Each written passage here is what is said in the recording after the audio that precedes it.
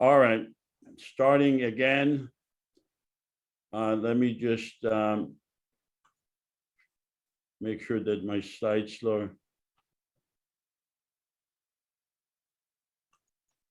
I apologize. We had troublemakers.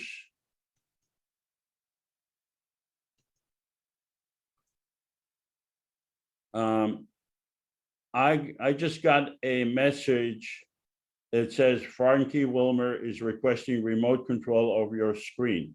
Yeah, don't give it. Okay, so I'm going to decline it. It appears that we have people that are trying to interfere with the simulation. I apologize for that. We had that many months ago, but hopefully we'll be able to overcome their interference. We are proposing a common government for the people of Israel and Palestine based on secular democracy. It is based on based on election for the people in Gaza, the West Bank, and in Israel. 14 million people. This common government will exist as a confederation government simultaneously with the Israeli and the Palestinian government. We do not advocate for the dismantling of the Israeli or the Palestinian government, but we do advocate for, we are advocating for the creation of a common government. So that you know, I'm getting a lot of messages for people to be requesting approval to have remote control of my screen. I'm going to decline all of them. So Yeah. Now, can you stop this person from sending me messages and remove Okay. him? What's the person's name? I believe it's Gabriel. Okay. It's not Gabriel. It's not Gabriel? No, they're just using his name. Okay. I don't know who it is, Hold on a sec. I'll find it. but they keep sending me messages to share my screen, and I keep declining it. Okay. 1 second.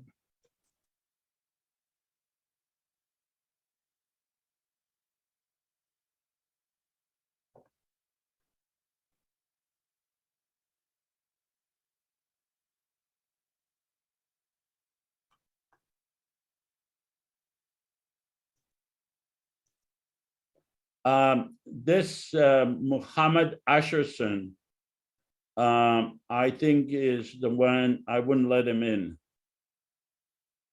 Who? Muhammad Asherson, he tried to come in very, very early. And I think that he may be the one that you removed already, and he's trying to come in again. Oh, okay.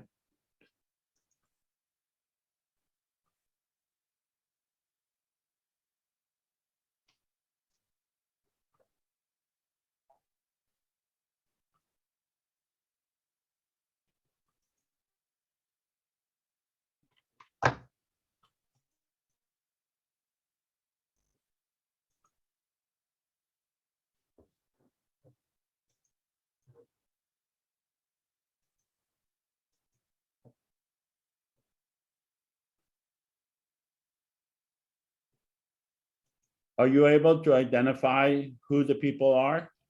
Yeah. Okay. Okay. I removed 2 people. I'm Trying still getting those messages on my screen. Hmm.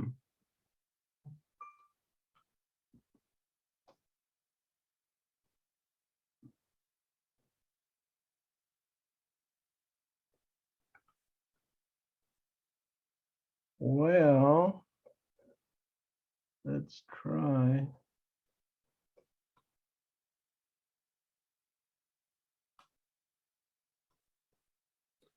All right, I'm gonna go on.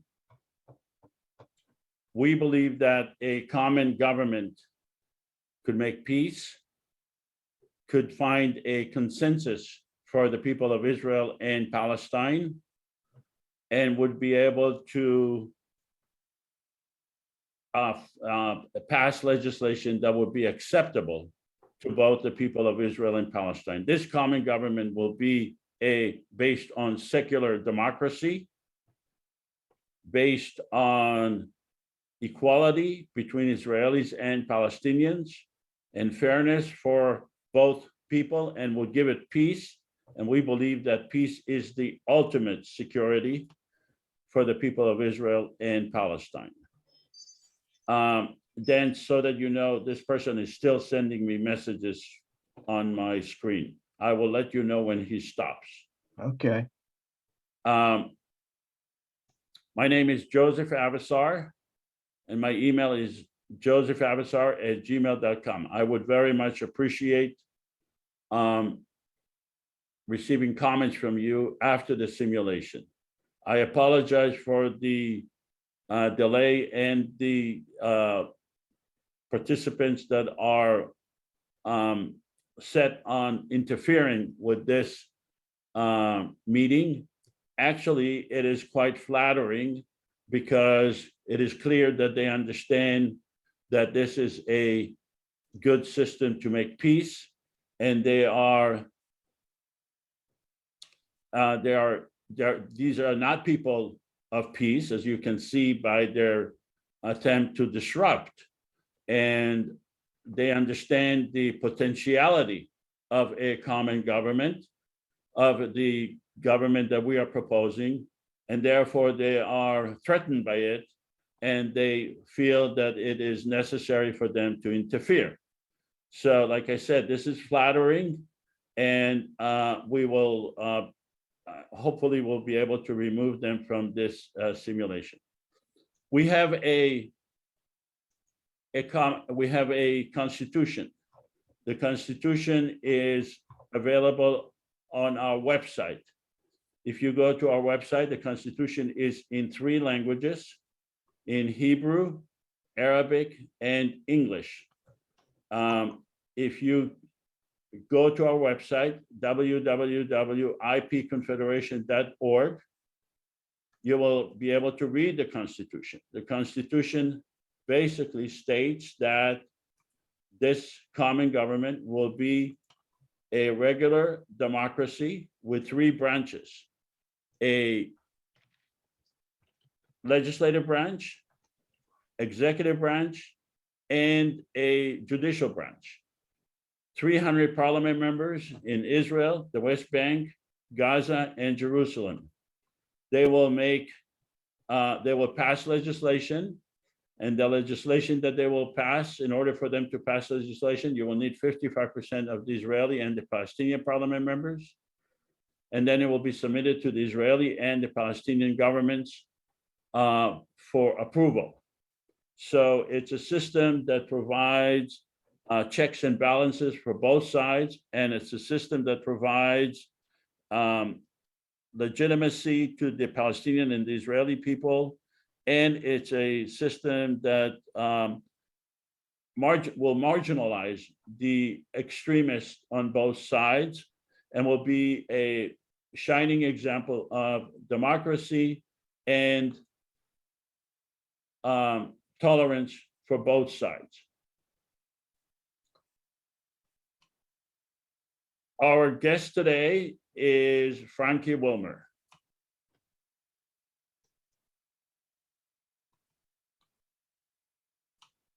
I'm unmuted, thank you. Professor WILMER has been at Montana State University since 1991. She teaches international relations, international human rights, international law, peace and conflict, women's studies, and globalization, sustainability, and justice. In 2006, she was elected to the Montana State Legislature, where she served 8 years as a representative, and prior to that was a chair of the Montana Human Rights Commission.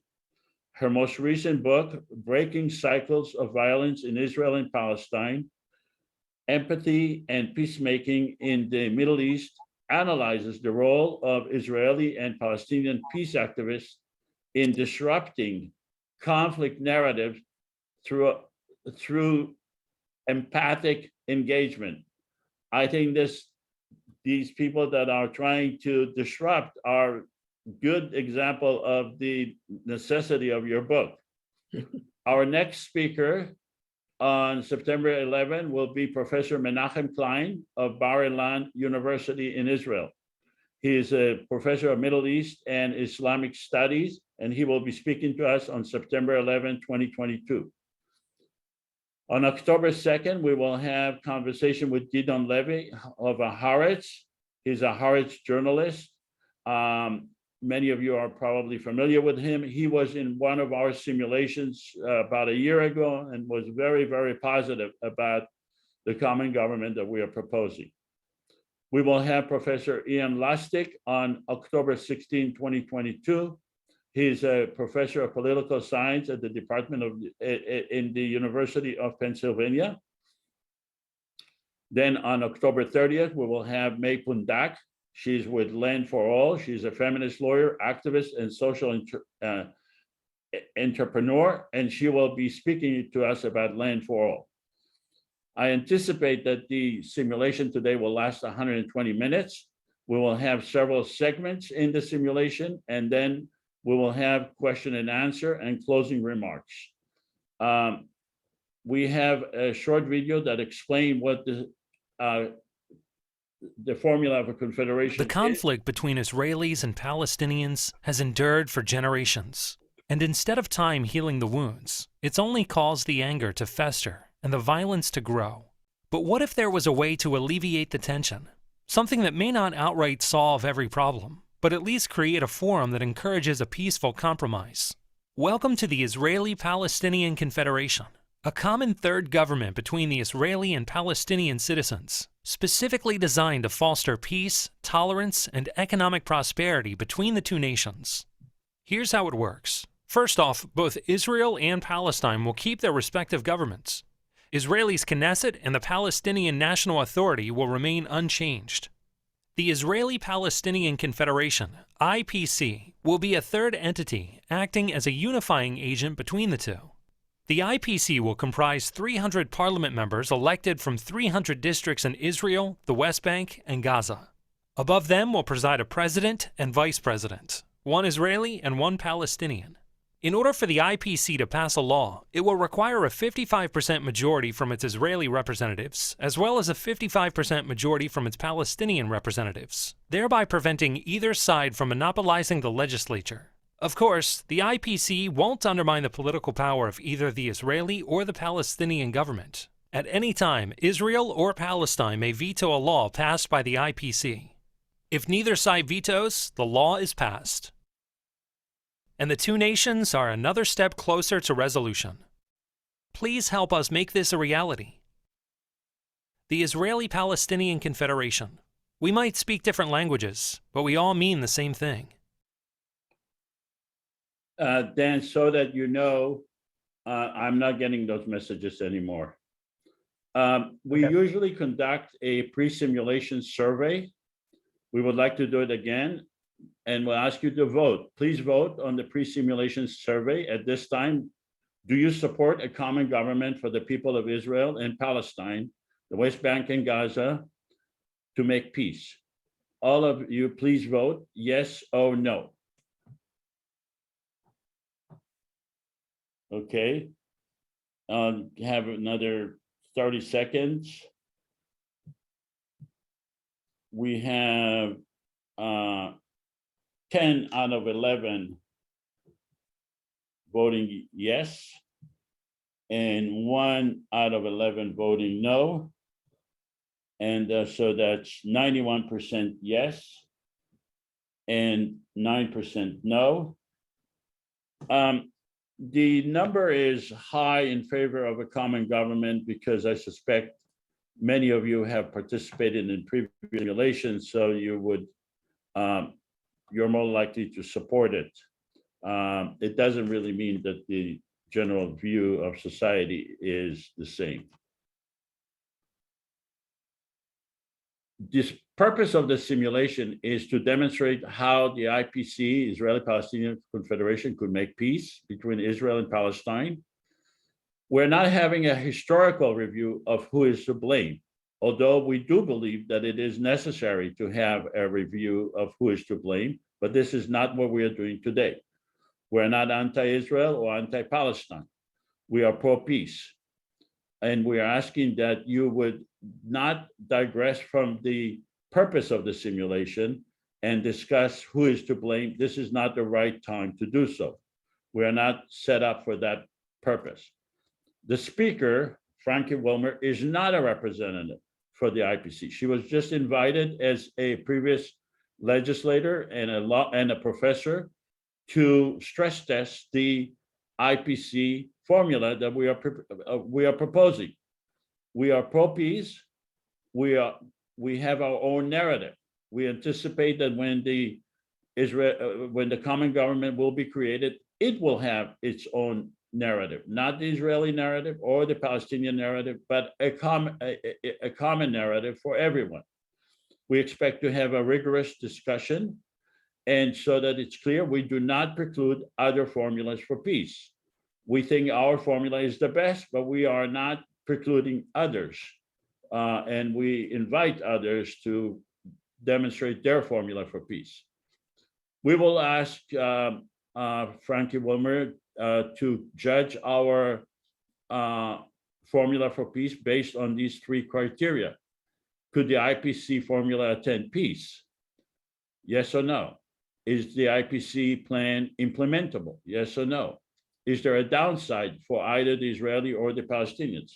I believe that the answer to the first two questions is yes, and the third question is no, but we'll ask her to judge the plan based on those criteria. We are proposing legislation in order to demonstrate how the common government could work. We are not the common government. This is only for demonstration purposes. It's what we are showing is the tip of the iceberg. There are many, many other legislation that a common government could pass, but we're not able to show it because we are restricted by time. We ask you to look at the big picture, refrain from comments, but we are encouraging you to ask questions. So if I show you an airplane and you say, Joseph, I will never fly an airplane, that's a comment. I'm asking you to wait with your comment or put the comments in the chat. Wait until the end with your comments. But if you ask me, how does this thing fly? That's a question. And we are encouraging you to ask questions about what we are demonstrating in the simulation. This is a simulation. It's not a speech, it's a simulation, even though it may sound like a speech, but it's really simulation, and we are asking you to participate and help us demonstrate how this common government could work. So we want you to accept these facts, and I believe you will, that the Israeli Prime Minister represents Israelis only. Right now, the Prime Minister of Israel is Yair Lapid, so we are basically working based on the current reality. The Palestinian leaders representing the Palestinians only. So the Prime Minister represents the Prime Minister of Israel represents Israelis only. Palestinian leaders represent Palestinians only. That's a fact that I believe most of you will accept. However, for the purpose of the simulation, we are asking you to accept certain assumptions. They are not true, but we are asking you to assume that they are true. And the assumptions are as follows: that we had an online election, and the election lasted 3 months, that 14 million people were allowed to vote. 14 million meaning in Gaza, the West Bank, and in Jerusalem, and in Israel, I'm sorry. 14 million people were allowed to vote. That 5 million people actually voted. 3 million people, 3 million Palestinians voted, and 2 million Israelis voted. in the election, that the election ended today. I'm asking you to assume that I, Joseph, received 1.5 million votes and I became the president of the common government of the common confederation. So that it's clear, I do not intend to run for president. I am not even qualified based on the Constitution to run. But for purposes of the simulation, to demonstrate how this simulation works, please assume that I was elected president. I also want you to assume that a Palestinian lady was elected as vice president, and we will rotate after 2 years. She will become president, I will become vice president. I also want you to assume that 300 parliament members were elected in the area of Israel, the West Bank, and Gaza. They each represent a district in the area of Gaza, the West Bank, and in Israel. Each parliament member represents 47,000 people. So 300 parliament members, they each represent 47,000 people, and they represent their districts. Frankie, are you willing to accept the assumptions? Yes, we've had that discussion before the simulation, and I do accept them. Okay. Do you have any feeling or any thought that it would not be possible to reach those two assumptions and to make them real? In other words, to actually achieve those assumptions. Well, in our conversations, Joseph, I really appreciated that you had done the background research on things like it's more likely that Palestinians would participate at a higher rate and so forth. I think it's probably representative. As you know, I was initially skeptical about whether this is really a government. I think I still am inclined to see it as a non-governmental organization, but that doesn't mean it would not be effective as a non-governmental organization. Amnesty International is an NGO, and they're pretty effective. So I do accept the assumptions. I just, as a political scientist, using the word government in this way makes me a little uneasy. Okay, so yeah, you mentioned that in our discussion. So why is it not a government if you are accepting the assumption that 5 million people voted? Why would it not be considered a government? Yeah, If I mean, 300 parliament members were elected and we have a constitution, why would it not be a government? well, it's not a sovereign government, if you want to look at it that way, but we think in terms of authority and power and the ability to exercise authority if it's legitimate in the sense that the people it's exercised over accept it. Those conditions seem to be met. The veto power of the Gaza, Hamas government, the veto power of the PA, the veto power of Israel makes it less than a sovereign government. So I guess that's okay. It's just that the way, like I said, maybe it's my problem. I'm still open-minded and trying to sort through where those reservations come from. And I don't know that it really matters, except that especially if students and people are going to understand from the outside what you're doing, I think it's more accurately described as a non-governmental organization, which has members that are individuals, and governments are not members, but this NGO has chosen to give certain governments veto power over its decisions. So it's just maybe it's just an intellectual or academic thing, but it makes it easier for me to wrap my head around it if I think about it as an NGO rather than a government. And in my discussions with some of my peace activist friends in Israel and Palestine, immediately when they hear confederation, they think it is literally a confederation of the existing entities of the Palestinian Authority and Hamas in Gaza and the Israeli government. They're not thinking about it as, I think, more accurately what it really is. They think it's not feasible and never happened because it's a confederation. So then I spend a lot of time trying to explain to them what it is and what it's not. Okay, but let me sharpen that, because you said that it doesn't have full authority or full sovereignty, and as part of your analysis why it is not a government. I think it's important to call it a government because, first of all, it is a government, it's the only government in the area that is based on the assumptions that you accept it. It's the only government in the area that is legitimate because it's the only government that is elected by the people of Gaza, the West Bank, and in Israel.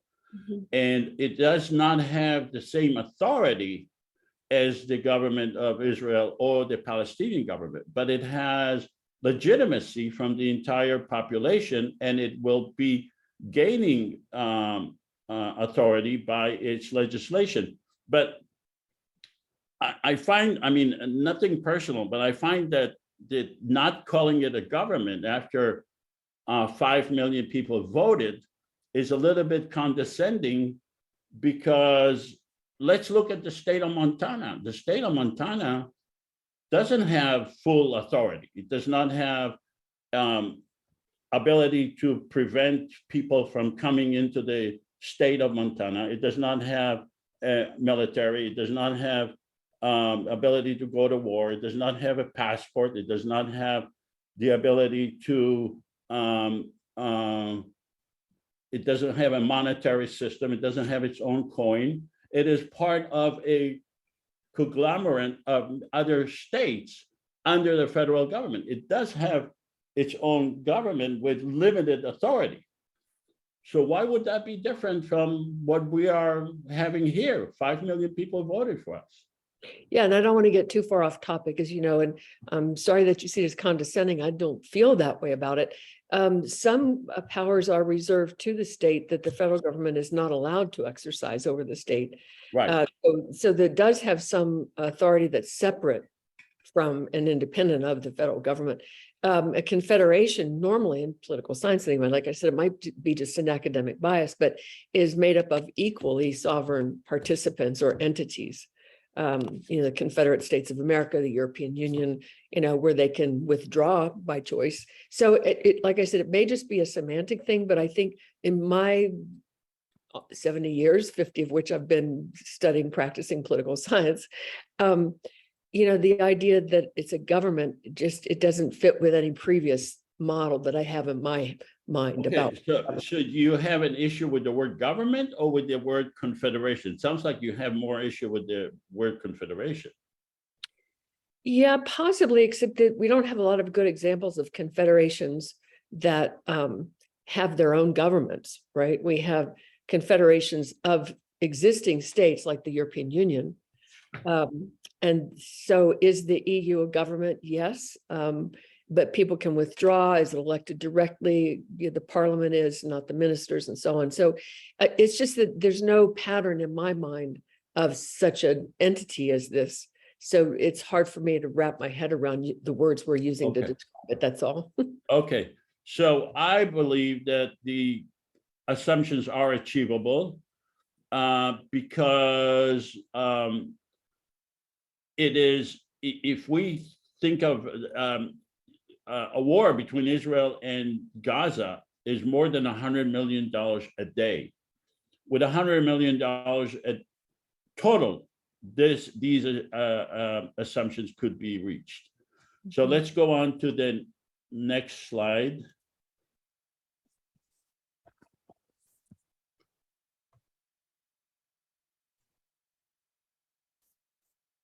Sorry. Okay. So we now ask volunteers. We need someone to be a volunteer to be Israeli Prime Minister for this simulation. Do I have a volunteer for Israeli Prime Minister?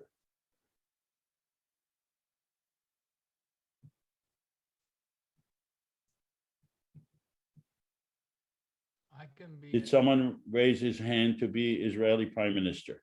I can be Prime Minister, Giacomo. Giacomo is your Giacomo? yeah, your mic is very low, Giacomo. The volume's very low. We barely hear you. Okay. And do I have a Hamas leader? Someone to act as Hamas leader?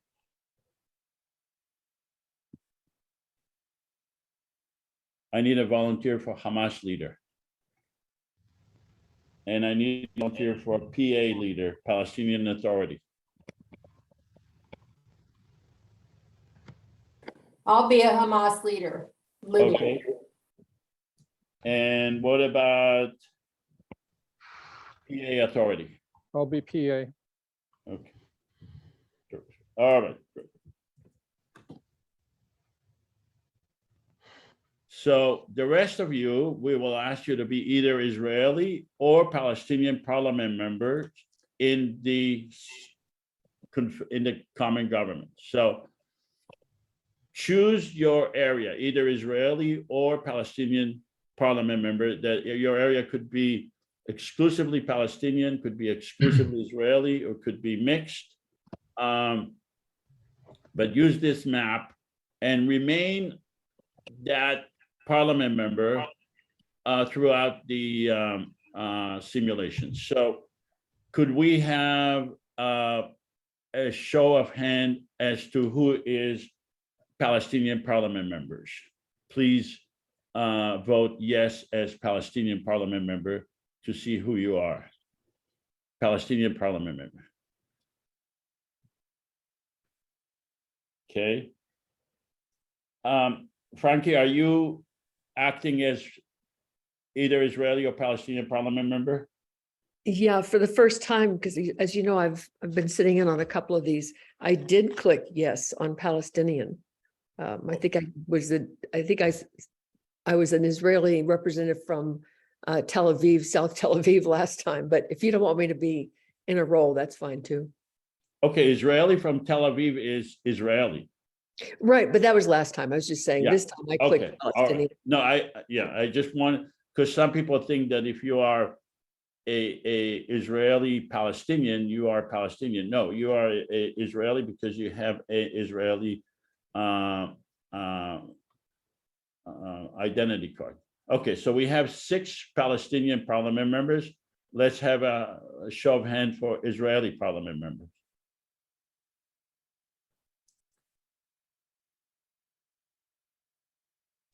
Israeli parliament members.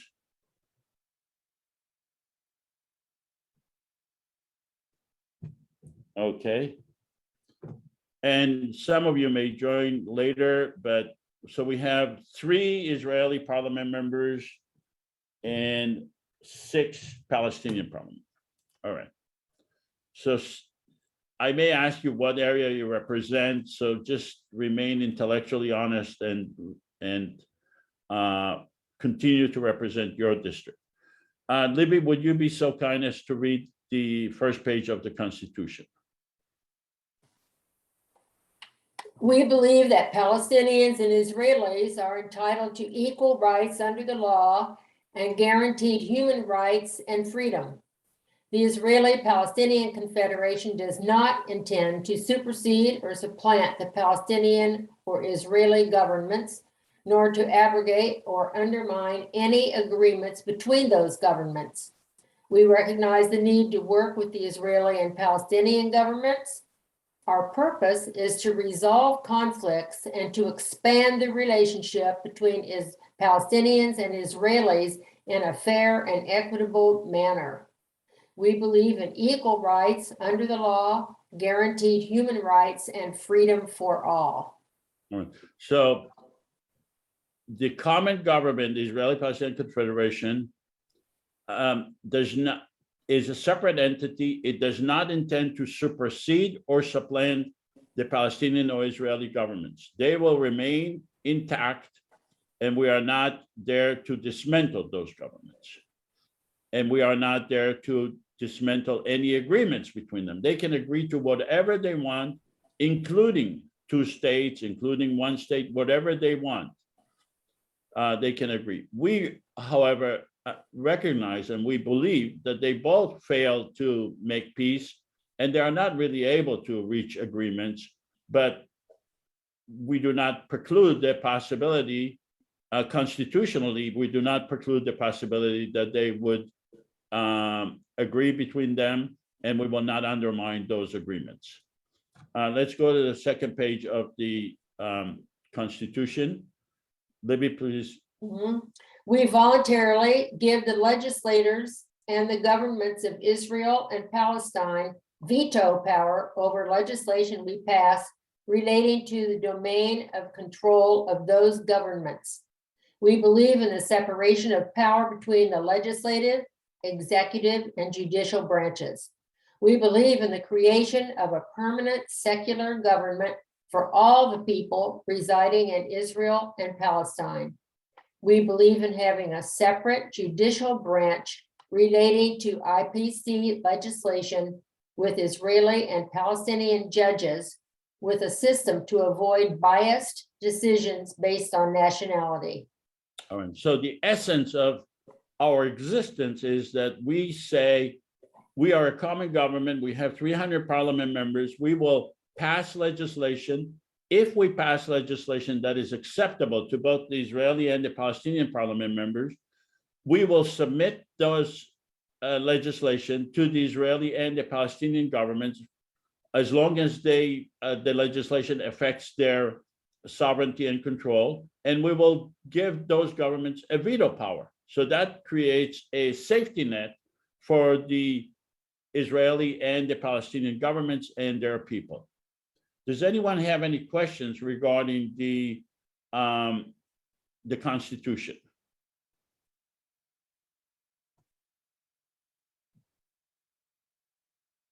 Okay, I don't see any questions. So let's take a vote to ratify the Constitution. Let's have the Palestinian parliament members please ratify the Constitution.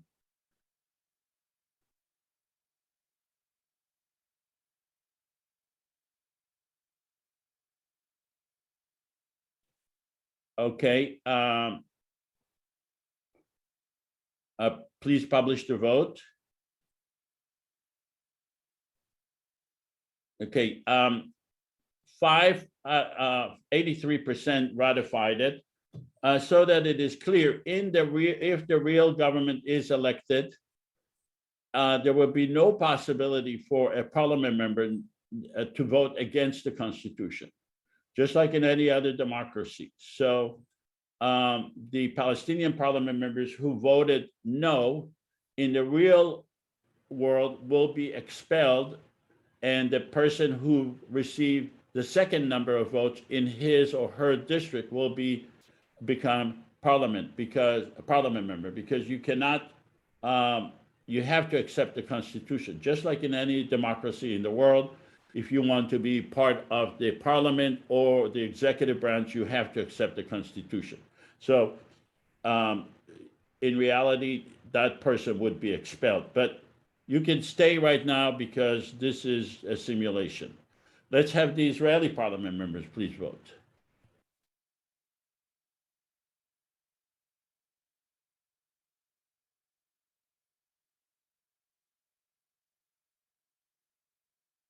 Okay, let's publish the vote. Okay, so 67% voted yes, 2 out of 3. 1 person voted no. Again, the same would apply to him or her.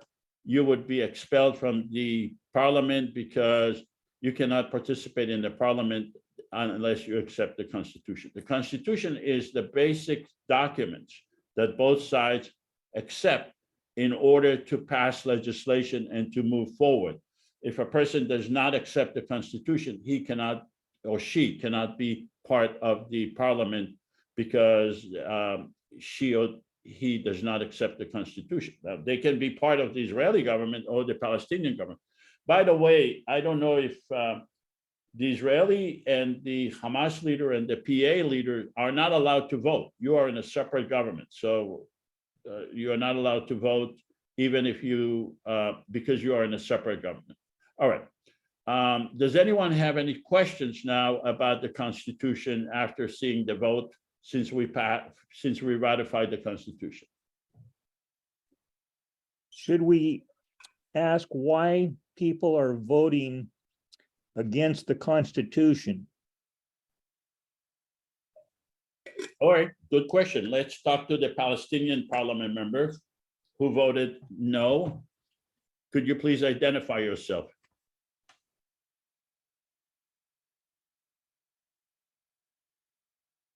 Palestinian parliament member who voted no. Could you please identify yourself?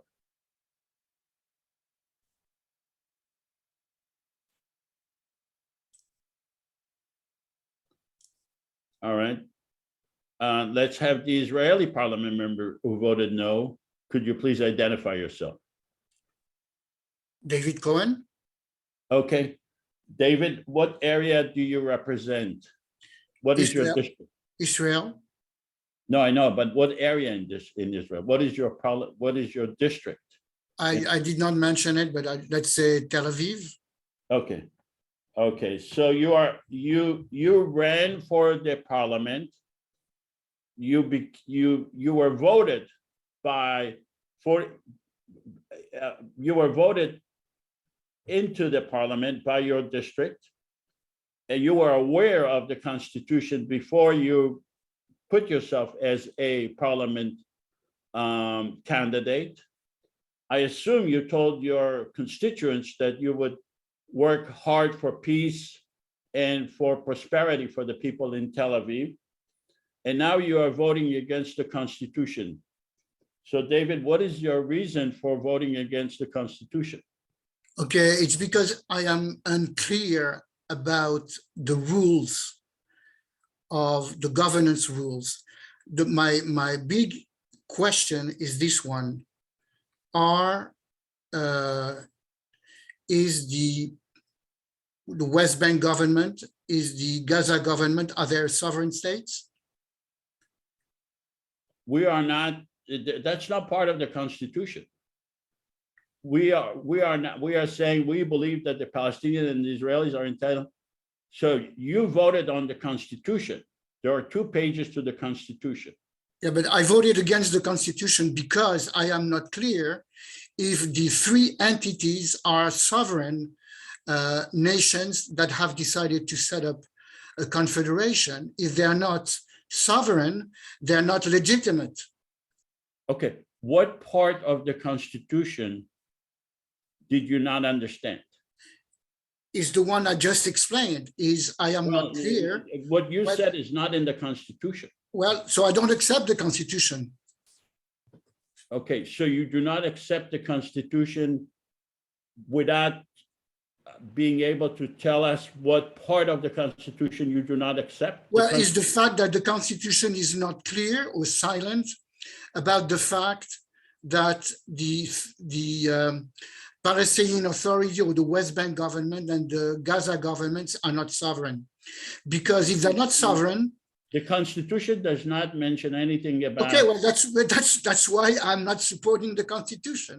That's the reason, because it is silent about it. Okay, so you want the Constitution to specifically say which government we are talking about, like Yair Lapid's government and Ismail Haniyeh's government and Abu Mazen's government. Is that what you want the Constitution to?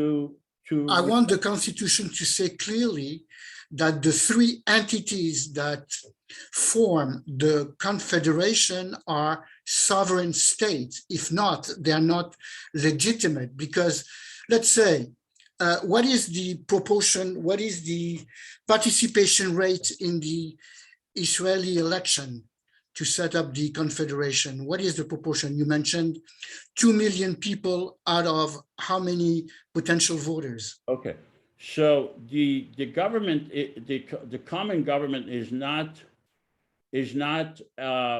a coalition of different governments. It's a separate entity. It's a completely separate entity for the people of Israel and Palestine. It's an entity that is made out of a executive branch, which is the president and the vice president. I am the president. I was elected as president, and 300 parliament members in Israel, the West Bank, and Gaza.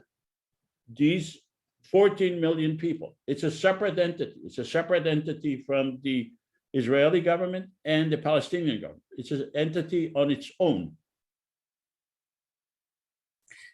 Okay, my point is these representatives let's say from Israel, You are one of them. You were elected. yeah, but what legitimacy do they have The to speak on legitimacy is behalf of the, Israel?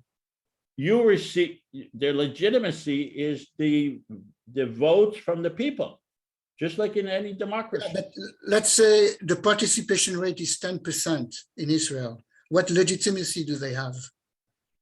You mean okay, so you are basically, you are not accepting the assumption. That's right. I am not accepting the assumptions of your constitution because the three entities are not sovereign, and I don't know of Okay, any. I think you're. Excuse me, there is no let me assumption finish. of a I don't know constitution. of any history, and Mrs. Wilmer could confirm or not. I don't know of any historical fact where a confederation has been created with non-sovereign states. I don't know of any cases in the history of the world. Yeah, you're right. This is not a confederation of non-sovereign state. This is a common government for the people of Israel and Palestine. It's not a confederation of the governments. It's a government of the people. Okay, so do you agree that this is a unique case that has not existed in the past, that you cannot quote a case that has existed in the past? This I is don't believe a it. new model. I think you're right. I don't think it has existed in the past. Okay, so that's why I don't support your constitution, because So you I don't say, think it is realistic. so if it didn't exist in the past, that means that we cannot create a entity that would serve the purposes of to make peace unless we are limited by the past. That's what you're saying? What I'm saying is, I mean, we don't have the, I don't have the, at this time, I've written pieces on the issue of confederation myself, okay? But we don't have the space to argue for or against. I know, but we are here. You are a parliament member from Tel Aviv. You are elected. Okay, this is part of the assumption. You were elected as a district, as a parliament member in Tel Aviv from your district. And you were represented by a constitution, and you don't say anything what's wrong with the constitution. I just mentioned it. I just mentioned it. First, I've accepted to be a representative of Tel Aviv because I didn't have any other way to express, because I wanted to participate in your simulation. Yeah, I understand that. Yeah, but you didn't. I understand that, but okay. But this is part of an assumption. But I reject your assumption that you don't. I reject your constitution. That's participated. You can't participate in the assumption and act against. Okay, so perhaps I should not participate in your simulation because, as I say, you can watch, but you can't say I am a parliament member from Tel Aviv. I am, by that you are accepting the assumption that you are a parliament, you were elected, and now you're saying, well, I am here to disrupt because I am not here to support the constitution. I'm sorry with your word disrupt. Yeah, it's not because I don't agree with your.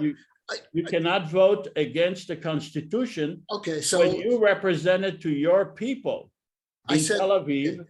So perhaps I should not be. Perhaps I should not be a member of Parliament of Israeli Parliament because I don't agree you with. Should not. Sorry, you should not, because like I said, you would be expelled. So okay, so expel me, but at least you should know if you expel me for what reason. I don't agree with your constitution. That's all. I just Joseph, want to Joseph, can I ask David a question? Sure. David, okay, so you're saying that because this has never happened in the past, you can't support it. Is that correct? No, I say it's just one of my arguments. Okay, that's against- one. Again, it's one argument, not what Okay. 100% arguments. Okay, well, The let's first- just, let me just focus on that one for a second, then we can move on to what your other ones are. Okay, Charles, we don't have time. well, I just wanted to make the point that, you know, Yeah, but Charles, we need to go, we need to move Okay. on. We can't have a private all conversation. all right, all right, all right, Okay, all right, let's- all right, okay. sorry. All right. I saw that Frankie raised her hand, so you're the speaker. So Frankie, do you have a comment to make? Actually, it's a question. I think you said we have to ask questions, but it is a question.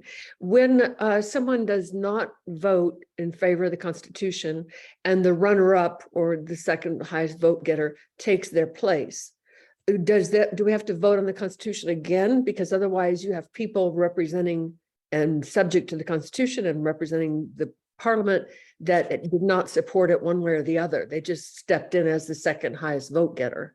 So it seems like that's. No, it's only the runner-up will have to accept the Constitution. We Okay. don't have to have the 300 Parliament members do it simultaneously at the same time. It's only the runner-up will have to vote. Okay. But let me So- ask you this, you ran for Montana Parliament, correct? Or Montana legislature. Did you have to accept the Constitution of Montana? You have to, just like when you're sworn in as any elected official, you have to swear your, loyalty to the Constitution, your willingness to uphold, your commitment to uphold the Constitution. Okay, so when That's you true at stood the there federal- before a judge and That's raised true of your, the President of the United States and the federal level too, by the way. okay, so if you stood there before a judge and the judge says, do you swear allegiance to the Constitution? And if you had said, no, I do not, what would have happened to you? Well, since I'm from Montana and we do have the militia here, and some of them are represented in the legislature, I can tell you that some of them did not accept the federal government.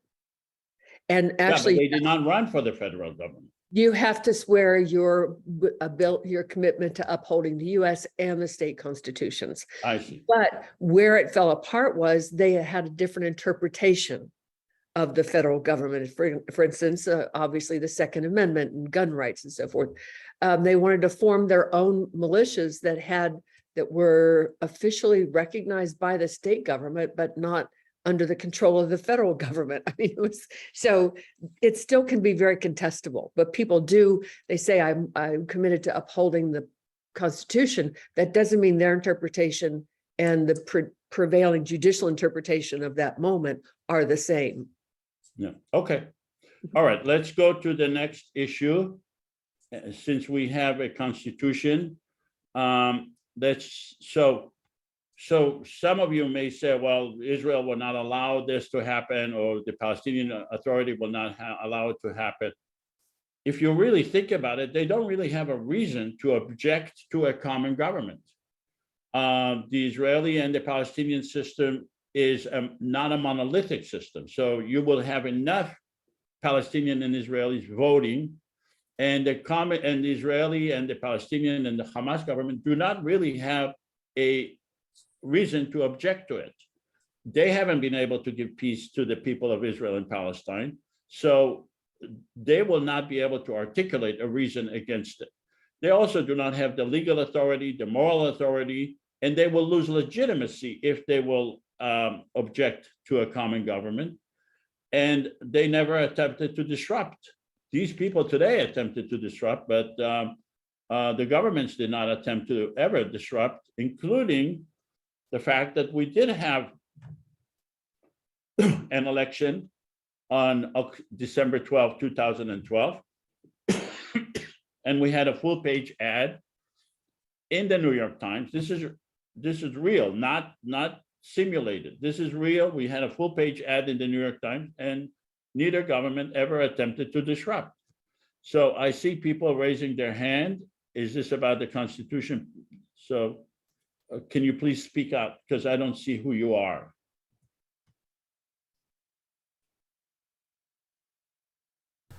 This is Jay Johnson, Joseph. Oh, hi, Jay. The word government to some people, and I think generally, is a confusing term in this context. to describe it as a common administrative body or common administrative entity for agreed upon issues would be more digestible, understandable, and acceptable by the vast majority of all sides, rather than thinking that it is a substitute government, quote unquote, that with all of those attendant issues of a government. Let me respond to that. City calls itself a government. The county calls itself a government. The state calls itself a government. The federal calls itself a government.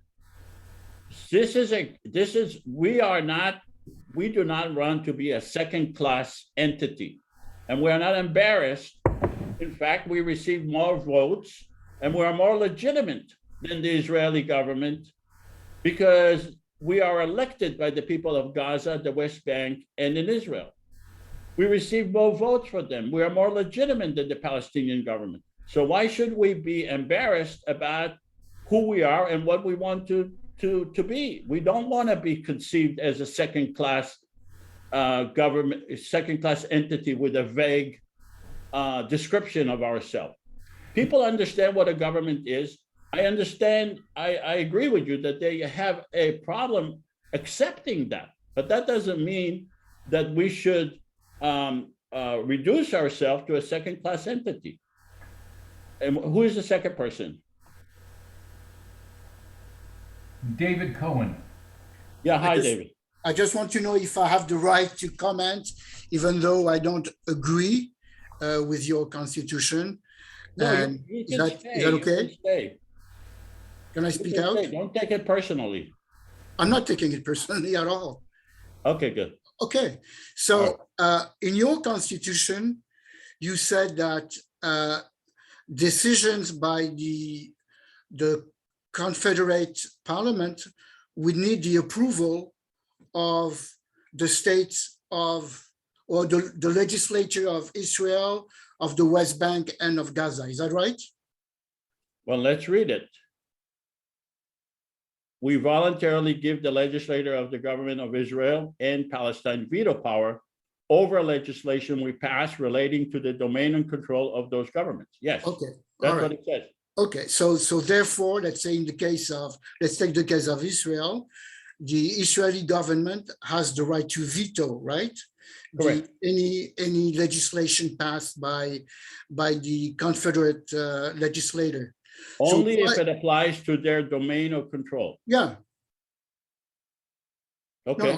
no, so why would, let's say, the Knesset in Israel, why would they support any legislation coming from the Confederate States if they have not been asked for approval of the Confederate system? Why would they do So that? Why would they support it? You're asking is why would they not veto? They don't have, they don't need to support it. They are given a veto power. Okay, so why would they Not veto it. my belief is that if they did not support the establishment of a confederal system, they would veto everything. Okay, well, And therefore the system, that's the purpose of the simulation, to demonstrate that they will not be able to veto everything. That's the purpose of the simulation. That's why what I'm saying is that for them, the confederal system is an illegitimate system because they have not approved it. I And understand therefore, that. your I system understand will be that, blocked but all the time. You did not see the notes that they have no reason to object. What I'm saying, they have reason to object What's the because reason? they have not approved it. Okay, but they don't have legitimacy to approve a common government. This is a common government that includes Israel, the West Bank, and Gaza. Okay, so just to say, well, they have to have a legitimacy to approve or disapprove. They don't have the legitimacy because they're not the government of Israel, the West Bank, and Gaza. And to say, well, just the fact that we did not approve it, it's by itself, they have to have a reason, because this common government the purpose of it is to make peace. And they haven't been able to make peace. Yeah, but they're against it. And your system, Well, your constitution. How do you know they're I'm against sorry. it? I mean, you're interrupting me when I'm talking. So Okay. let me finish my sentences. Your constitution is asking for the approval of the government of Israel, the government of the West Bank, government of Gaza. What I'm saying is No, no. This government will be created regardless of the approval of the Israeli and the Palestinian government. It would but be they won't be created able on to its pass own. any legislation I'm sorry? because your constitution is asking for the approval of each legislature in Israel, in the West Bank, and in Gaza to approve any legislation coming from the Confederate state. Right. So the system is blocked. It Okay, cannot well, function. It's let's blocked. see. That's In the the case purpose of of- the simulation, is to demonstrate that, well, hold your horses and wait to see, because we haven't finished, okay? You're making a comment. That's why I said, let's wait, ask questions, and then you make your comments, because this thing is going to come again, okay? Your Thank you. specific objection, okay. Thank you. All right, sure. All right, so let's go to giving a veto power, okay? Now we are passing legislation to grant a veto power, okay? Libby, could you please read this? The Confederation is the government of the entire population of Israel, the West Bank, and Gaza. We hereby bestow a veto power relating to legislation affecting sovereignty to the following: the government of Israel, the Palestinian Authority, Hamas. In the event of changes in government, this legislation may be amended or repealed.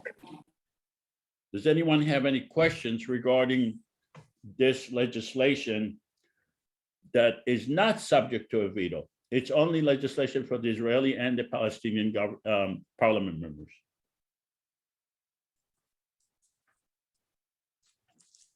Okay, I hear no questions. Let's have the Palestinian parliament members vote.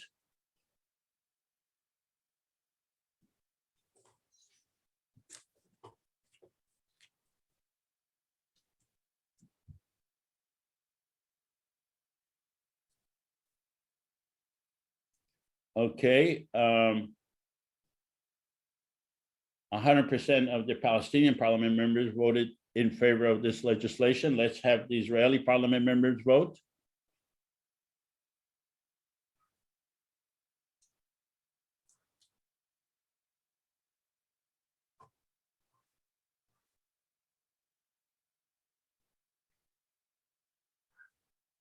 Okay, share the results. Also 100% of the Israeli parliament members, 2 out of 2 voted yes. So let's see if people have any questions regarding this legislation. We just agreed to give a veto power to the Israeli government, the Palestinian Authority, and Hamas. Does anyone have any questions regarding what just transpired?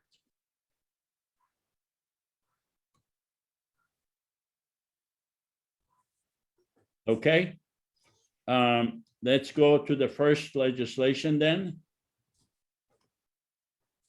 So we have an educational legislation, and FRANKE also added, she actually, so let's have Libby, could you please read the teaching tolerance and understanding?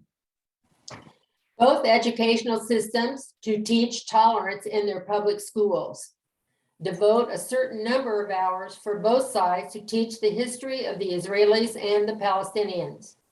Prioritizing teaching Arabic and Hebrew in public schools to achieve proficiency of both languages by Israeli and Palestinian students. Create a mutual task force to ensure the teaching of both languages.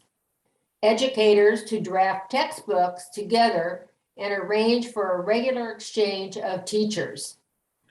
Public media on both sides to provide fair and equal coverage daily for teaching tolerance. IPC as facilitator to ensure that both sides are fairly represented. And we hereby submit this legislation to the Israeli government, the Palestinian government, and Hamas. We bestow upon them a veto power which may be exercised in the next 60 days. Okay, now Frankie created the student exchange program legislation. Frankie, could you please read that as well? Yeah, it's kind of small when it gets to the bottom, but whereas students in the schools known as Hand in Hand have demonstrated the confidence building benefits of binational, bilingual, religiously pluralistic educational curriculum programs, whereas both social science and neuroscientific research consistently show intellectual and social benefits of bilingual and bicultural education, whereas peacemaking mechanisms by way of student interaction is necessary to build trust, the Israeli and Palestinian governments shall create and fund an Israeli-Palestinian student exchange program in grades K-12 and at the university and college levels. Do you want me to read the parameters as well? If it's too small, it's okay. I think people understand. Just that, can you just give a description of it? Yeah, and actually I have a copy that I can read. Okay, please. It's a little larger. Participants are enrolled voluntarily by their families and with the consent of the student. Students aged 18 and over are not required to have parental consent. Participants spend one semester in the host school or language program. The Israeli Jewish students attend Palestinian majority schools in the territories, and Palestinian students from the territories attend Israeli Jewish majority schools in Israel. Students whose language skills are adequate to learn in Hebrew or Arabic in the host school may go directly into the host school program. Students whose language skills are inadequate spend one semester in a language immersion program located in the territory of the host school. All students can register for additional semesters, and for students at the college and university levels, the credits are assessed by their home universities and applied according to the transfer protocol for the home institution. I think, Joseph, you had an amended version of this in which Yeah, it's similar. security provisions, though, which were important, I think, for students as they moved across the borders, right? Yes. So all students, let me see. The Israeli and Palestinian government shall provide safe and easy passage for students participating into these programs while traversing from and into the West Bank, Gaza, and Israel. And then this legislation is also submitted to the Israeli and the Palestinian government because it does violate their sovereignty. Let's take, does anyone have any questions regarding this legislation? Both legislations, student exchange program and teaching intolerance. and David Cohen's we're combining raising it his into hand. one legislation. Does anyone have any questions? David does. Okay. David, what is your question? Yeah, my question is, do you have any indicators of success about your policy? What would be a successful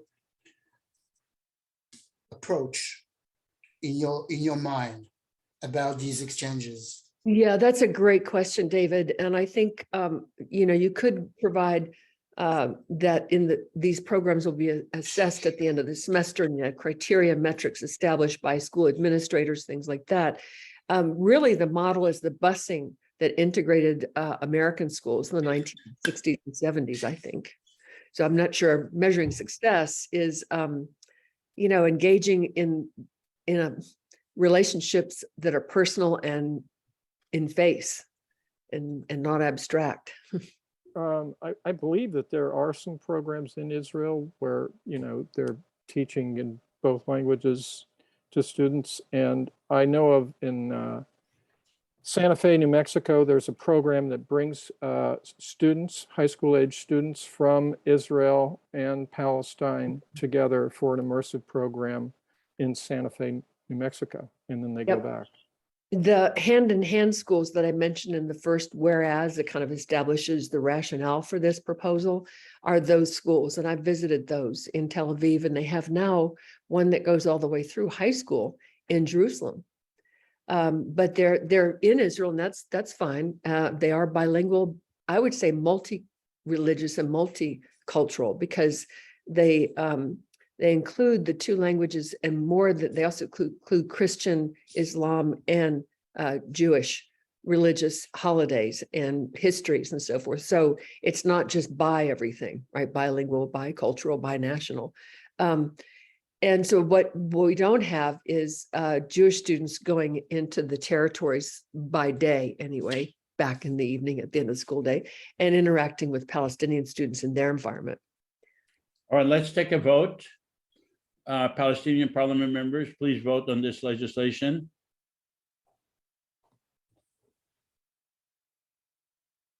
Okay, share the vote. Share the results. 5 out of 5, 100% voted yes. Let's have the Israeli parliament members vote.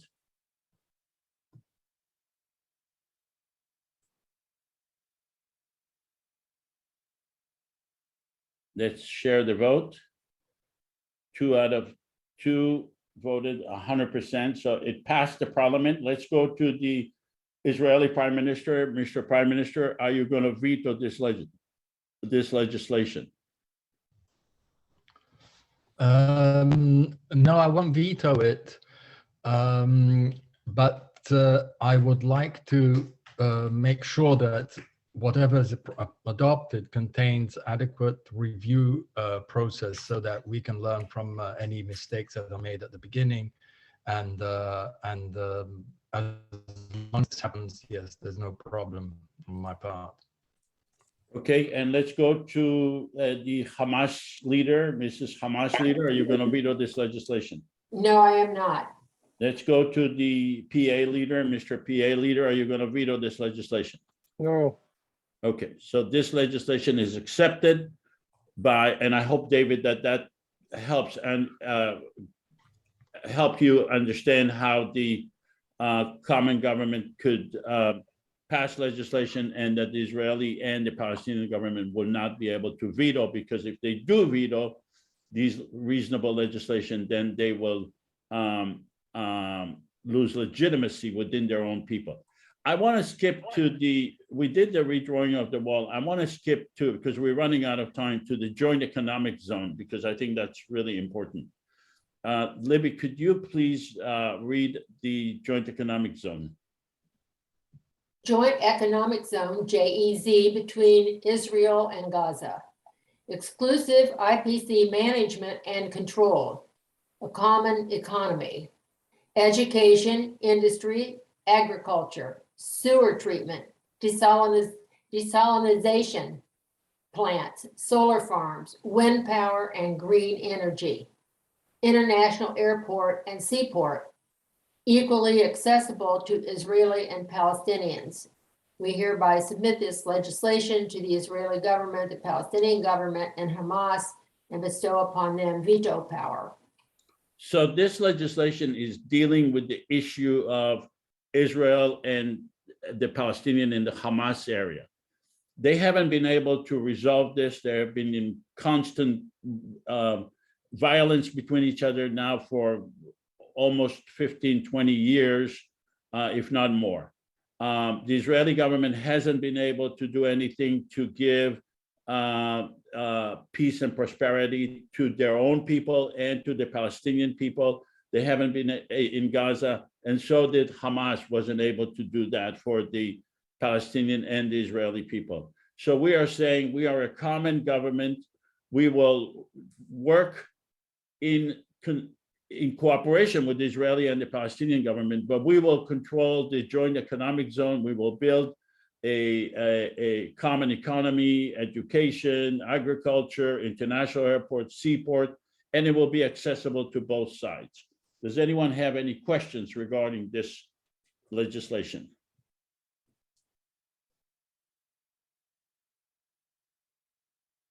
David's raising his hand. Okay, David, what is your question? Yeah, I don't see how David, what is your question? sorry, What is your question, not Well, comment? my question is, I don't see how this economic zone would work if it's not approved by. That's not a question, David. That's a comment. Do you have a question regarding the joint economic? It's not workable. This Okay, question, that's I don't not see a how question. it's workable, That's your point of view, okay? but it's not. But we are not really, I'm not really asking for a point of view. I'm asking, we are a common government. We have been elected here. Okay, We have parliament members. how We can have you, 5 million people Okay. voted, okay? okay, how can you make it function if it doesn't have the approval of the sovereign states? Okay, How can it so work let's- if you don't have the? So did we Approval. vote on the parliament? Let's Sorry? do the vote first, Joseph, and then Okay, let's submit it have for the- veto. Let's have the Israeli parliament members vote. Do you support a common joint economic zone? I'm sorry, the Palestinian parliament. Did I say Israeli? Okay. So this is a Palestinian parliament. You said Israelis, but I voted as Israeli. Okay, let's start again. I'm sorry, I got mixed up. Let's have the Palestinian parliament members vote on this joint economic zone. Okay. Okay, 83% of the Palestinian parliament members voted in favor. Let's have the Israeli parliament members vote.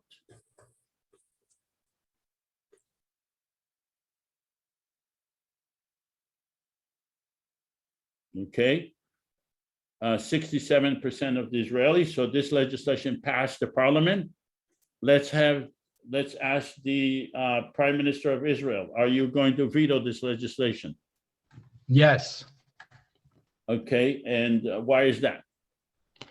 because I'm willing to give exclusive IPC management and control on this joint economic zone. I would revise my view if the IPC was able to manage this under direct supervision by joint Israeli and Palestinian overview of any major decision that the IPC takes in managing the economic zone. Okay, But so- I'm not willing to allow the IPC to take autonomous decisions without me knowing what's going on. I see. Okay, so you object to the word exclusive IPC control. If we change that to IPC management and control in cooperation with your Israeli and Palestinian government, will you agree to that? Yes. Okay. All right. So let's have a.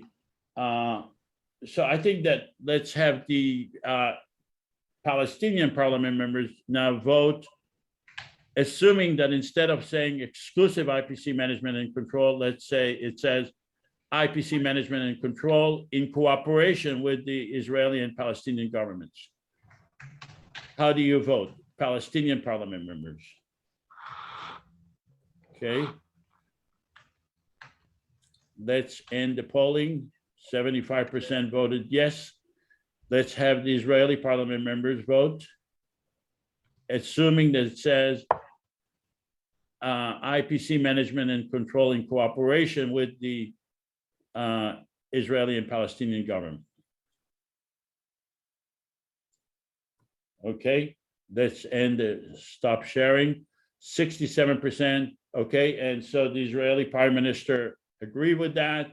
Let's go to the Hamas leader. Are you going to accept this legislation or you're going to veto it? Accept it. Okay, let's go to the PA parliament member, PA president. Are you going to accept or reject this legislation? I accept it. Okay, all right, great. All right, so Frankie, do you have any questions or comment regarding this legislation that just passed?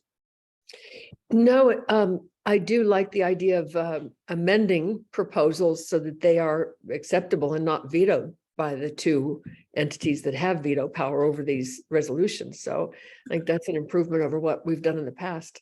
That's what we do. We amend the heck out of legislation in a real legislature until it gets enough votes to pass and be supported and implemented. So that's a good move. So you normally amend legislation and to get both sides to agree to it. Oh, yeah. I mean, there's sometimes when leadership goes off to the smoke-filled back rooms and hammers out the details of compromises, and my friends in the women's caucus go out, we get pedicures and come back and the deals are done. But also we come to the floor with people opposed. We think we know what the votes are, but you're never sure, and people drop out, drop on. Also, in reality, you have a second reading. The first reading is just to introduce the bill. The second reading is the one where you vote and debate, right? And Yeah. then you have the third reading on a following day, not the same day. So people have time to reconsider their votes. And you also have time to lobby people to change their votes. And the third reading is voted on with no debate. So those are procedural things that make it easier to get more compromised outcomes that are really much more amenable to implementation. Right. So, I mean, we are limited by time, or we are limited, but we just demonstrating how this thing could work with the Israeli and the Hamas and the Palestinian Authority. So let's have people ask you a question. Frankie, if you guys have questions, please raise your hand. And David, you are now welcome to ask your question and make your comments if you want. Walter has his hand up also. Okay, Walter. Okay, let's start with Walter. I have a question. Why is the joint economic zone limited to Gaza? No, it's not limited to Gaza. It is, this legislation is limited to Gaza, but we have other legislation that we have another joint economic zone for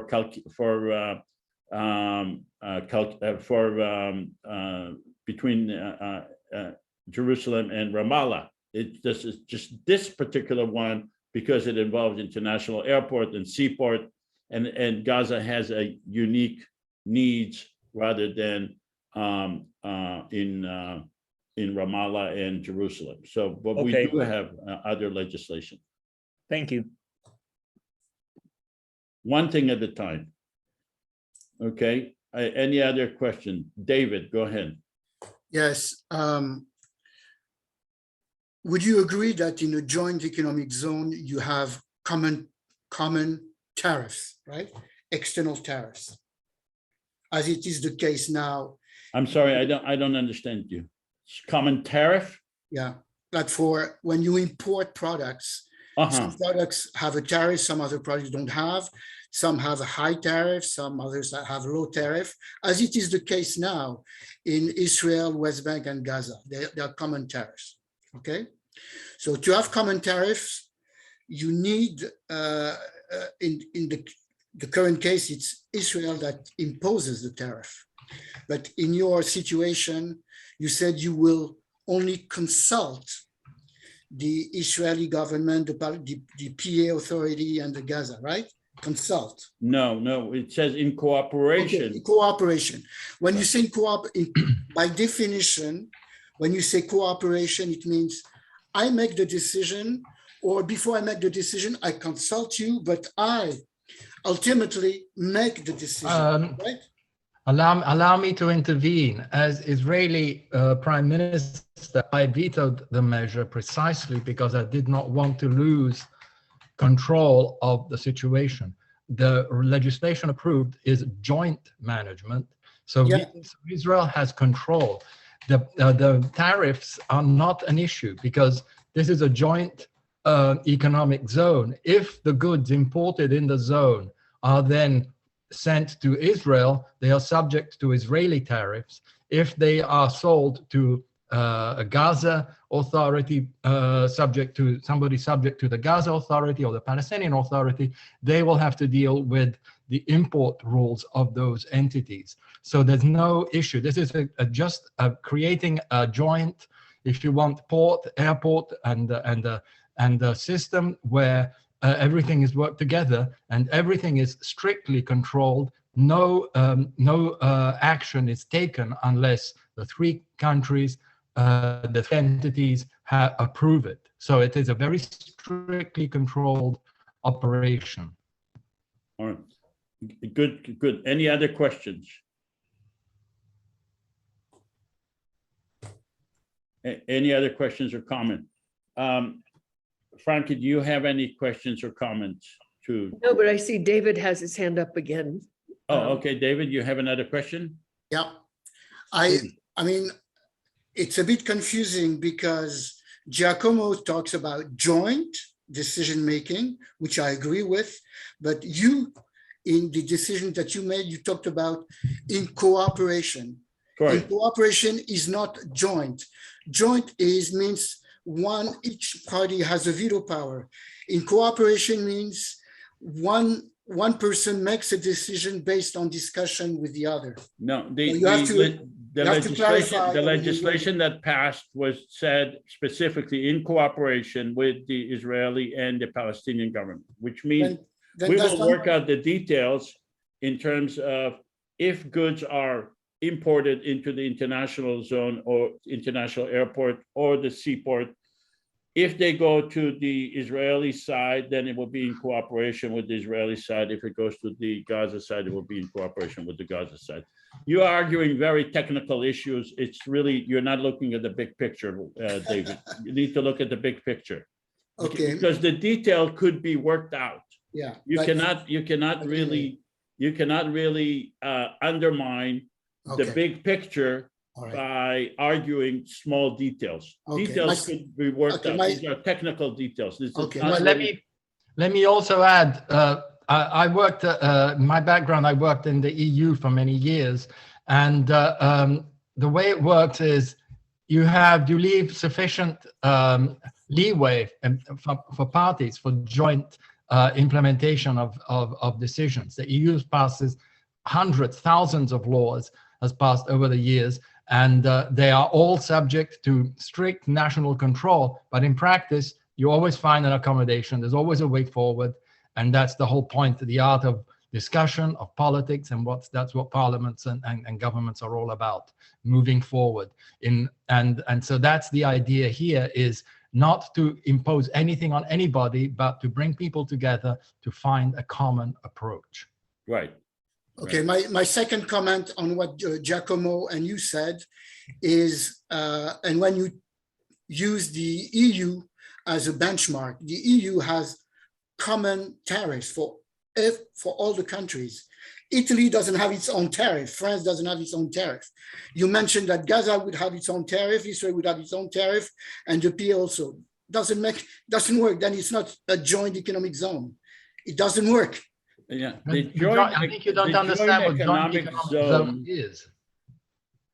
The joint economic zone is basically you establish that one port will be used jointly, and there'll be joint infrastructure. But that doesn't mean that the whole country, the whole land of Israel and Palestine becomes one economic zone. That's not what we're talking about.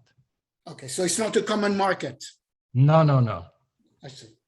Okay, so it's a very minor policy then. It's one development project. It's like approving one development project. I understand. It's a very minor then element in the economic union. Okay, I understand. Any other questions?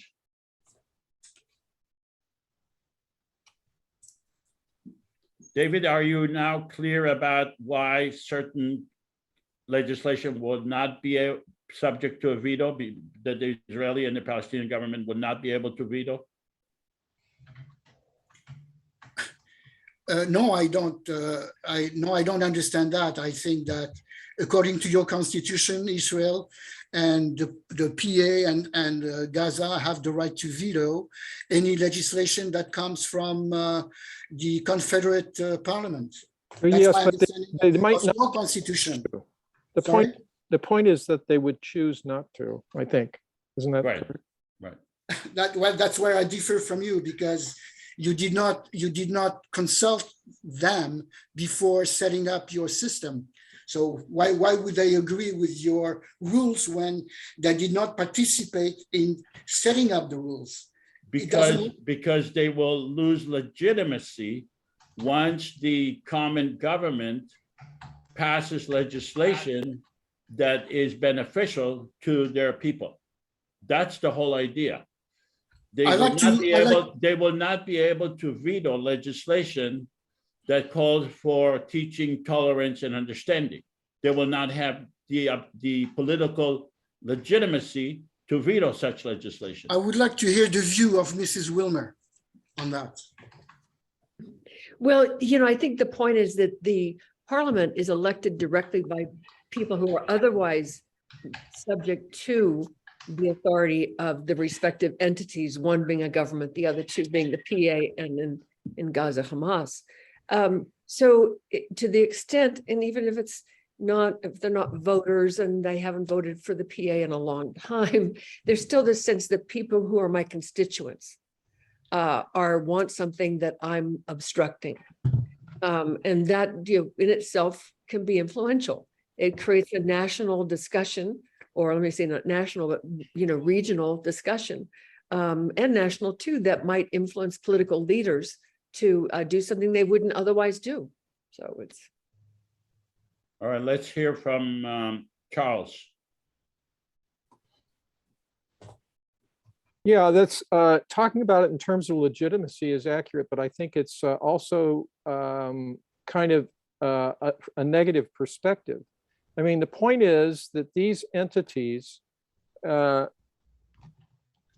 know, if we assume for a moment that although they come into conflict on a regular basis, the Israelis and the Palestinians, the majority of them recognize that they do not want to have victory at any price. In other words, they're not intent on murdering the other side completely in order to have their way. It just doesn't make any sense, let alone being entirely unfeasible. So then what are you left with? Well, you're left with something where these two entities have not been able to find on their own ways in which they can create a more positive form of interaction. And so then this third entity comes into the picture, which doesn't have the power in the sense of necessarily as much authority or military means to enact what they're doing, but they come up with a better idea that other people can look at and say, oh, you know what? I like that.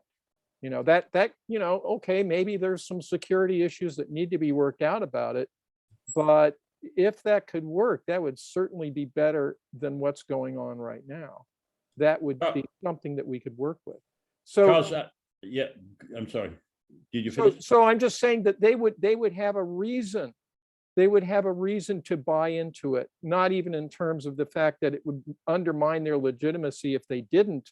They would have a positive reason to want to adopt it. Well, but there is another thing that we need to keep in mind. The common government will be the only legitimate government in the area. Because by definition, the Israeli government is not the legitimate government in the West Bank and Gaza. They are not voting in the West Bank and Gaza. They are not permitted to vote. They're not citizens. The people of Israel do not vote for the Palestinian government. So there is no current legitimate government that is elected by the people that gives the opportunity to the entire people to vote.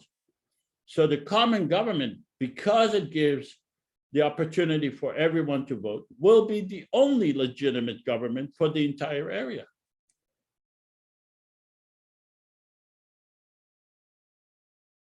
Giacomo. Yes, I just another point that I think should be made is that the example of the legislation we passed are small things, relatively small pieces of legislation. Then they're not major reforms in the system. We didn't approve a new peace treaty or anything like this. And this is exactly what the idea is. You have small steps, confidence building steps. If one legislation works out, then you can start seeing, but people start trusting each other, and we get, it's a more pragmatic approach to improve relations between entities which have so far been very much attached to ideological principles and the burden of history and oh, your grandfather did this to my grandparents or whatever. Instead, let's sit down and get some concrete things and let's see if we can work together. So that's a little bit what we're talking about. All right, go ahead, David. Yes, it's a question for Mr. Giacomo. Mr. Giacomo, you mentioned that you would do things that are small-scale projects. So you mentioned a project, right? Is there a budget associated with the project? That's entirely up to the IPC assembly to decide these things. That's exactly, those are not decisions taken by one person. It's people sitting down and they decide what needs to be done. But where will the money come from? That Well, again is a decision by Parliament, by the IPC assembly, and they can be different forms. Maybe Joseph has ideas. yeah, I like that question, David, because I see now a progression in your thinking. Now you say, okay, how do we make this happen? And how do we because we need money to make it happen. And I agree with you, we need money. We actually do have legislation, or we believe that if we have the election, then this would be a momentous occasion, at which point the common government will be able to go worldwide and request funding from the world governments. And we have actually demonstrated that in the simulation from the world governments, the separate governments of the United States, Germany, France, all the world government, also from private donations and from international companies. And we demonstrated that they can bring, I mean, this is all by virtual discussion, of course, but it could bring billions of dollars because including from the government of Israel and the Palestinian government, because they will be put on the spot that they'll have to support a common government. They will have to support the parliament. So the problem is not where the money is going to come from. The problem is, how do you get the election done, and how do you get recognition of the election, and how do you get awareness of the recognition of the election? Once you have the election done, once you have 300 parliament members elected, once you have 5 million people voting, that would be a game changer, and you will be able to get funding if we create a common government. Frankie. Yep. So there is a bit of an infrastructure already in place, the European Union and the United Nations Conference on Trade and Development, for a policy that encourages investment in Palestine, and that could easily be applied here in support of the economic zone anyway. Yeah, good. Libby? Yeah, just to add to what Frankie said, I think that my view of the Middle East and everything I hear about it is that it's a fantastic place for tourists, for investing, and that if people felt safer and it was open in a whole new way, I think the money would definitely become available, and it would support a whole new community, a whole new way of living. That would be fantastic. And right now, people are very hesitant to go to send their money. The money is often donated just to help in a hospital, things like that. So this would open it up to a much more broad view of investing and living and supporting, traveling, new businesses. Could create a whole new world. Go ahead, David. Yes. So what you're saying is that the confederal state will be financed by the rest of the world at the beginning, hoping that it will create some momentum that will change the rules, and then in the end, maybe Israel or will accept the rules, right? That you basically the new constitution. Is that right? No, I'm not saying that. I'm not saying that Israel will accept, and I'm not saying that the government of Israel is being asked to accept the Constitution. The Constitution will be passed by the parliament, regardless of whether the Israeli government or the Palestinian or the Hamas government agree to it. Okay. This is a common government based on 300 parliament members who were elected. I understand. Okay, the second part of my question is this one.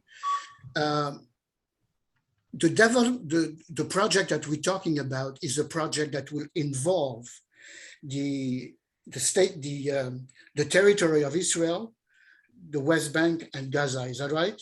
Correct. Okay. Is it possible? Is it realistic to assume that, let's say, European countries would fund a project that would affect Israel without asking for the support of the state of Israel? Well, that's a good question. You have to assume the assumptions that we made. If we assume that 5 million people voted, or even 1 million people voted, and 300 parliament members voted, then I think that it would make sense to assume that the international community, not only European, but international community, will not have a reason to object to it. And Israel will not have a reason to object to it. What will be the reason? Please tell me. Well, the reason is that, according to the United Nations, a country cannot impose actions against the sovereign state unless that sovereign state is a failed state or it doesn't treat its minorities according to the international rules. Yeah. Well, first of all, this is not a country, a separate country. These are the people of Israel and Palestine. They want to create their own government. There is nothing in the United Nations that prevents the people of a geographic area from setting up their government. And second of all, the Israeli and the Palestinian government have a long history of failure in making peace. So they will not be able to create an argument that says, well, let's continue with our failed system for eternity.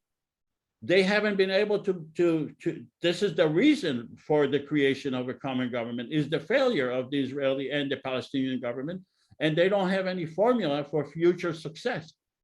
And whether or not, I'm not sure that the United Nations states what you said, but even if it does, a government could be created regardless of what the United Nations states. This is a democracy that is created by the people, and other states that are supporting peace and other international organizations that are supporting peace will support this if, in fact, we have voters to the extent that we've seen. You'll see a tremendous change.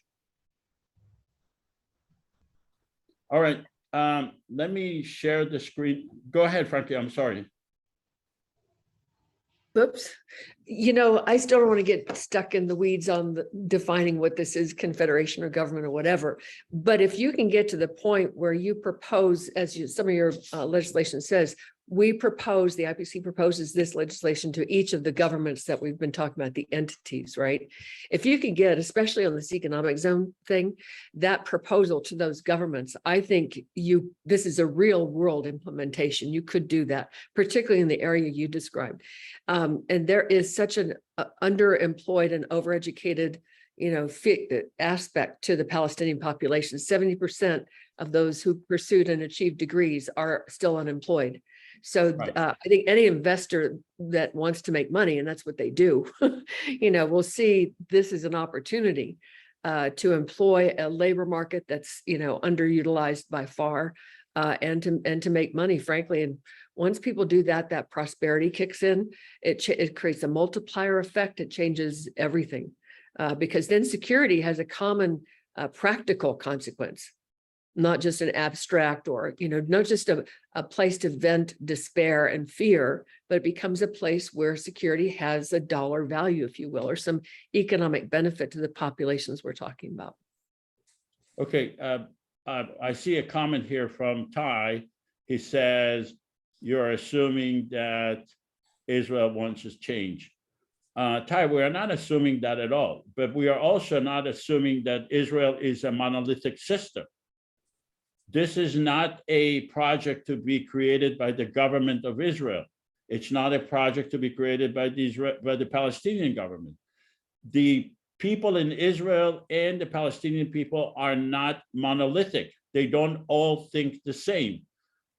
We believe that we can get 5 million people to vote when there is an awareness of this election. So regardless of how the Israeli government feels or the Palestinian government feel or the Hamas government feel, you have to remember they are a failure. They are a model of failure.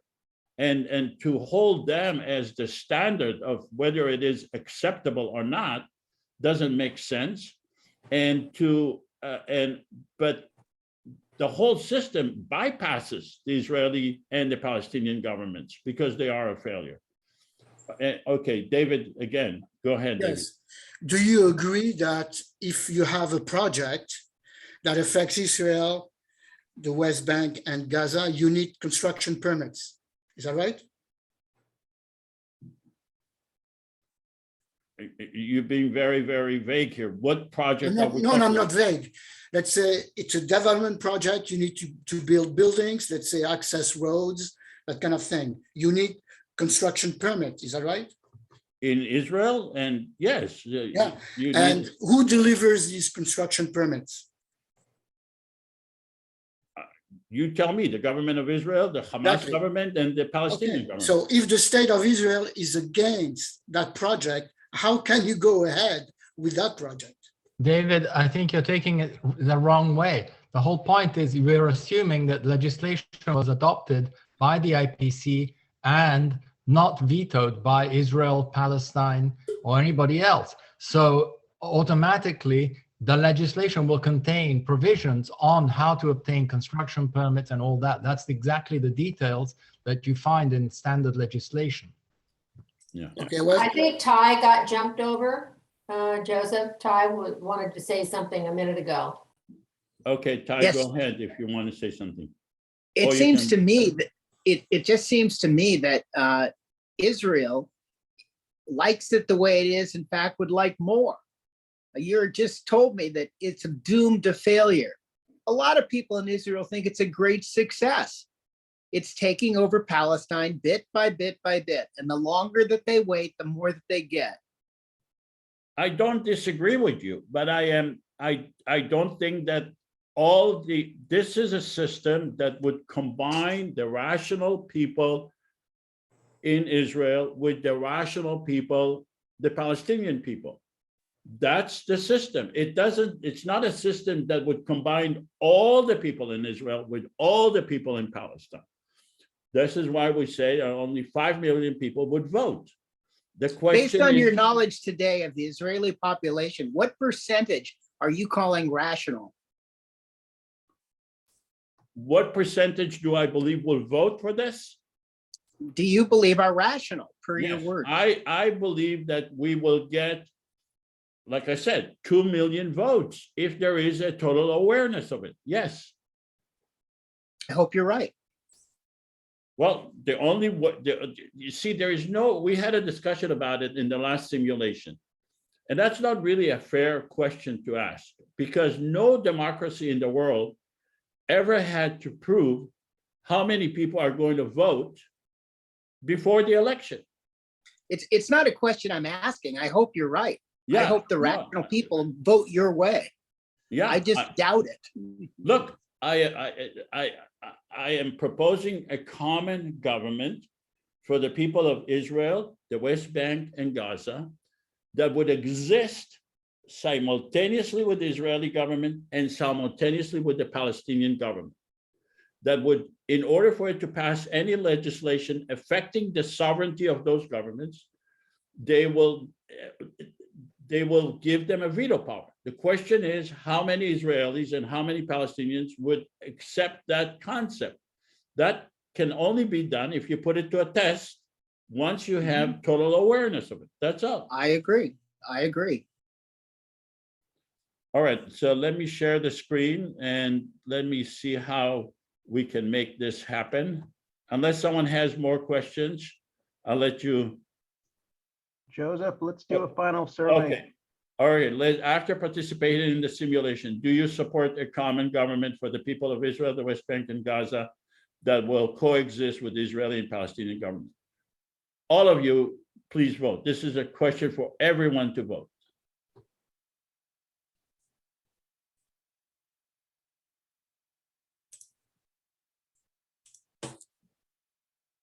Okay, so 92% voted yes, 12 out of 13, 8%, 1 out of 13 voted no.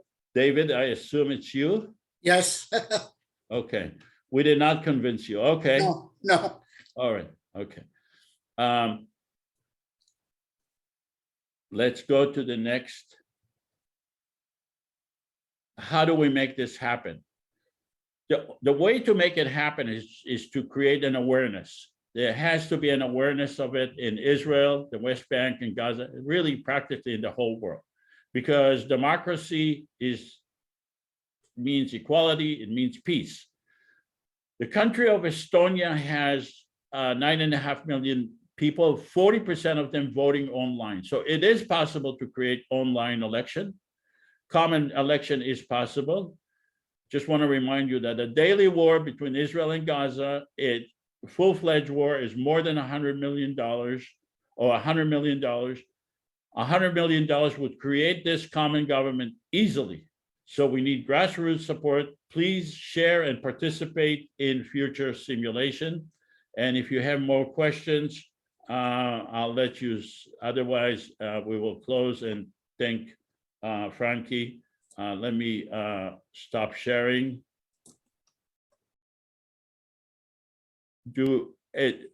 I don't see any more hands raised, so we are going to conclude. Thank you, Ty. And thank you, FRANKE. You did great. I really appreciate. What about Frankie's closing remarks? Oh, okay. I'm sorry. Thanks, Charles. Well, I mean, I know Joseph knows that I was initially skeptical about this project, and I've attended mostly just as listening a couple of these sessions before. I think, on the other hand, we really need to think imaginatively about pathways to peace. This seems like despair is the common enemy, and having discussions like this is one way of trying to defend ourselves against despair. When I say ourselves, it's much worse if you're inside Israel and Palestine, and much worse yet again if you're inside an occupied military territory in Palestine and have to live with that military occupation daily. And so I've seen my friends on here before, Rami El-Hanan and Bassam Aramin, and I know that they're on the front lines of that fight all the time in anti-occupation. They say you can't do anything else unless we end that. But at the same time, we do have to keep imagining and keep discussing, and I hope that you expand the conversation. I agree that a third narrative is essential. It's one that doesn't necessarily resolve the conflicts between the other two, but it includes the other two. And there's a lot of people working in that area as well. I was going to say, I've been to demonstrations where, radical right-wing Israelis are throwing dirt in my hair and my face as I enter the fairgrounds where 10,000 people are assembled to express their views and their experiences of loss, Combatants for Peace and the Parent Circle Family Forum. But I've also met with peacemaker settlers in the West Bank, Israeli settlers who are on the front lines of trying to find grassroots, and they're rational, to answer Ty's question. These are rational settlers. You never hear from them in the Western media. But they're practical, and they see the path. There's no violent path to peace. And nobody should kid themselves that the occupation is violence, and resistance to the occupation is violence. And that's what creates a cycle that we need to break. And if you're contributing to that, if you're opening some minds in the United States, that's a good thing. If you're opening minds in Israel and Palestine, that's a good thing. So that's all I want to say. I think I'm less skeptical than I was, although my problems with the language about government. I think, by the way, I don't think non-governmental organizations are second-class citizens in world politics at all. They can have people, do not want to see Amnesty International show up for a fact-finding mission in your country. They'll clean their act up pretty quickly, at least for the time that you're there. So I'm not sure how to deal with that language problem yet, but I'd like more people to hear about and talk about these ideas. Well, one of the legislation we have is for common police force, and I think that if you want to have a common police force, you have to call it a government. But be that as it may, so I want to thank all of you. Hope to see you in the next simulation. Thank you, Frankie. You made excellent comments, and thank you. Oh, Sean. Okay, sorry. Just one more question. You know what? The Zionists, the Israeli, are calling the West Bank Judea and Samaria. This is another distorted narrative of the Zionists. They don't recognize the West Bank. I don't get it. Like, I'm hearing all these new narratives all the time. How do you deal with these narratives? This is a common government will deal with the narrative. They will deal with everything. It's not me, Joseph. I am proposing for a parliament, Israelis and Palestinian people together to deal with substantive, with narrative issues, and they will have a global view, not Israeli or Palestinian. One more question. You invited Alan Dershowitz. You invited Noam Chomsky. Will you invite Tony Greenstein or Norman Finkelstein? I invited Norman Finkelstein many times. He did not respond to me, and I will be happy to. What about Richard Silverstein? Richard Silverstein. Yeah. Is he from Seattle? Yes. Yeah, he was on it. Oh, I must have missed it. Yeah, he was on it. Yes. Okay. And Norm, I invited him many times, and I will continue to invite him. Well, I hope we see him. Yeah. Thank you. Okay, David, you want to make one more comment? Yeah, I'd like to react to Mr. Zayar's comments on Zionism. I just want to know what your position is. Are Zionists bad people? Like, can Zionists be pro-peace, or they all against peace? Okay, this is not really a discussion that we're going to have here today. This is not a discussion about Zionism or against Israel or pro-Israel. So we're just going to cut it off. I'm going to cut it off. So thank you so much, guys, for joining, and hope to see you in the next simulation. Thank you, Frankie, and thank you, everyone. Thank you.